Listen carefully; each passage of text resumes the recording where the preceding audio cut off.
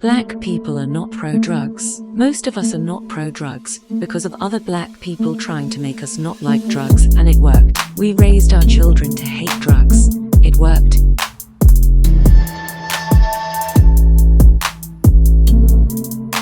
In statistics this year, it said that 79% of African Americans would be Christian. It even said we are more likely to be Christian than any other race in America.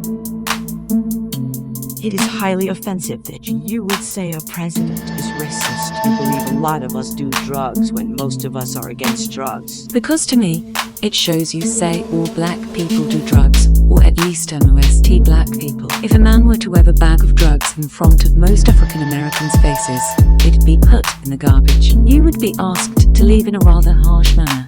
I wanted to return back to this issue of black voters. I have a lifetime of experience with black voters. I've been one since I was 18.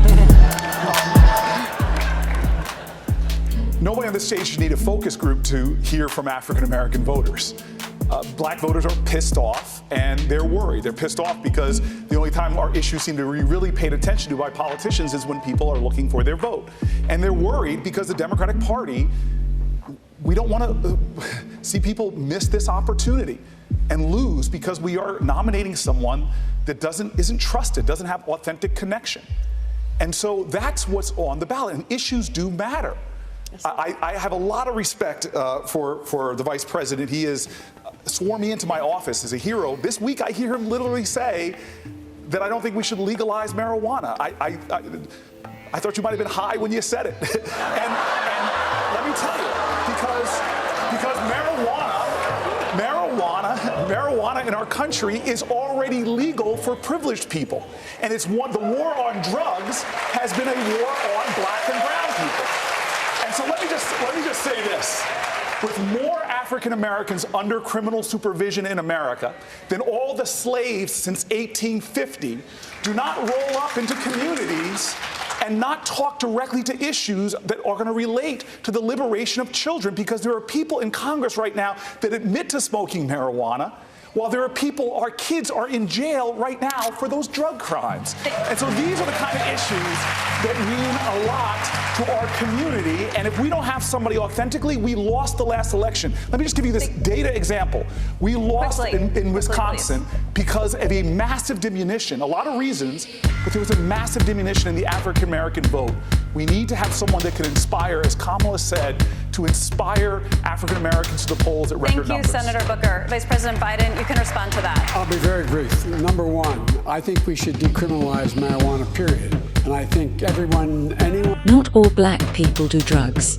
Most hate drugs. We want equal pay. According to the U.S. Census, on average, black women were paid 63% of what non-Hispanic white men were paid in 2019. That means it takes the typical black woman 19 months to be paid what the average white man takes home in 12 months. That's even worse than the national earnings ratio for all women, 82%, as reported in AAUW's The Simple Truth About the Gender Pay Gap.